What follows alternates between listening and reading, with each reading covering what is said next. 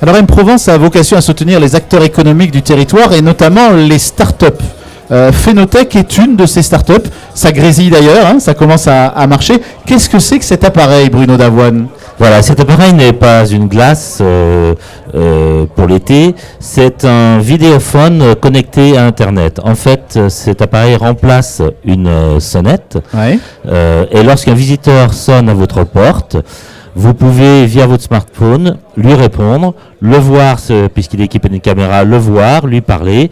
Et si l'objet est relié à une gâche électrique, vous pouvez même lui ouvrir la porte. D'accord, donc c'est de la domotique ça ? Non, c'est pas de la domotique. La domotique, c'est un ancien terme.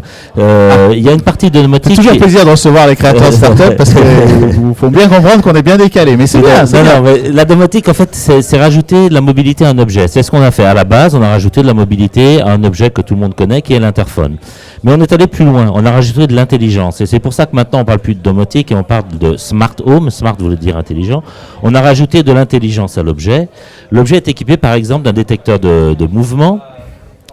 Qui, lorsqu'il détecte un mouvement devant la porte d'entrée et que personne ne sonne, envoie une notification à l'utilisateur qui peut déclencher la caméra pour faire de la vidéosurveillance devant sa porte et prévenir le cambriolage. Il faut savoir que dans 80% des cas, les cambrioleurs fracturent la porte d'entrée. D'accord. Il y a quand même des aspects plus positifs que simplement la sécurité. Tout à fait, tout à fait. Un des problèmes, bon, vous savez que maintenant la grande mode, c'est la location temporaire du type Airbnb. Oui. Je suis personnellement un grand consommateur de ce genre de service. Et un des problèmes que je constate systématiquement, c'est la difficulté de remise des clés quand on arrive au milieu de la nuit ou très tard le soir. C'est la remise des clés d'un appartement Airbnb. C'est une galère tant pour le propriétaire que pour le locataire.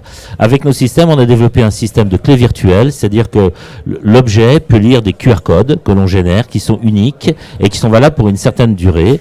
Et lorsque vous mettez le QR code devant la caméra, le système ouvre la porte. Est-ce que ça peut aussi simplifier la vie des personnes âgées ou de leur famille ? Parce qu'on est maintenant très vigilant sur le fait que des gens qui, heureusement, vivent de plus en plus vieux puissent quand même avoir une certaine autonomie et restent chez eux. Voilà, tout à fait. À titre personnel, j'ai un beau-père qui est assez âgé et qui a du mal à se déplacer et qui ne peut plus se déplacer, enfin dans un temps normal, se déplacer jusqu'à la porte d'entrée près de la platine de l'interphone. Ou alors c'est des risques parce qu'il se lève brutalement, voilà. Il risque de tomber. Et donc du coup, moi je lui ai équipé d'un de nos objets et quand quelqu'un sonne à la maison, chez lui, ça sonne sur sa tablette qu'il a toujours sur ses genoux et il peut répondre sans se déplacer.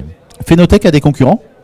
Il y a des concurrents américains. Il y a un gros concurrent américain qui vient de lever 63 millions de dollars. Donc il y a quand même un marché qui n'est pas implanté en France parce que la particularité de notre système, c'est qu'il se connecte à Internet soit en Wi-Fi, soit en GSM, soit en 4G. D'accord. Or, le système concurrent ne se connecte qu'en Wi-Fi.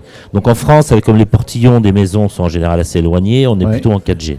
D'accord. Aujourd'hui, vous parliez de financement pour vos concurrents. Vous financez comment en fait ? Alors aujourd'hui, on a investi sur à peu près 500 000 euros sur fonds propres. On a eu un prêt de BPI à hauteur de 150 000 euros. On a eu un fonds d'amorçage du Pays-Dex de 40 000 euros. Et là, on est en train de finaliser une levée de fonds de 2 millions d'euros pour la mise sur le marché du produit, puisque le produit sera commercialisé à la fin de l'année au prix de 399 euros TTC. Et bien voilà, nous savons tout donc sur ce produit qui s'appelle comment en fait ? Le produit s'appelle Hi, comme bonjour en anglais. Et Phénotech, ça veut dire quoi ? Phénotech, c'est parce que mon associé et moi-même sommes des phénomènes et nous travaillons dans la technologie. Ça fait Phénotech. Merci voilà. Bruno Davoine. Merci.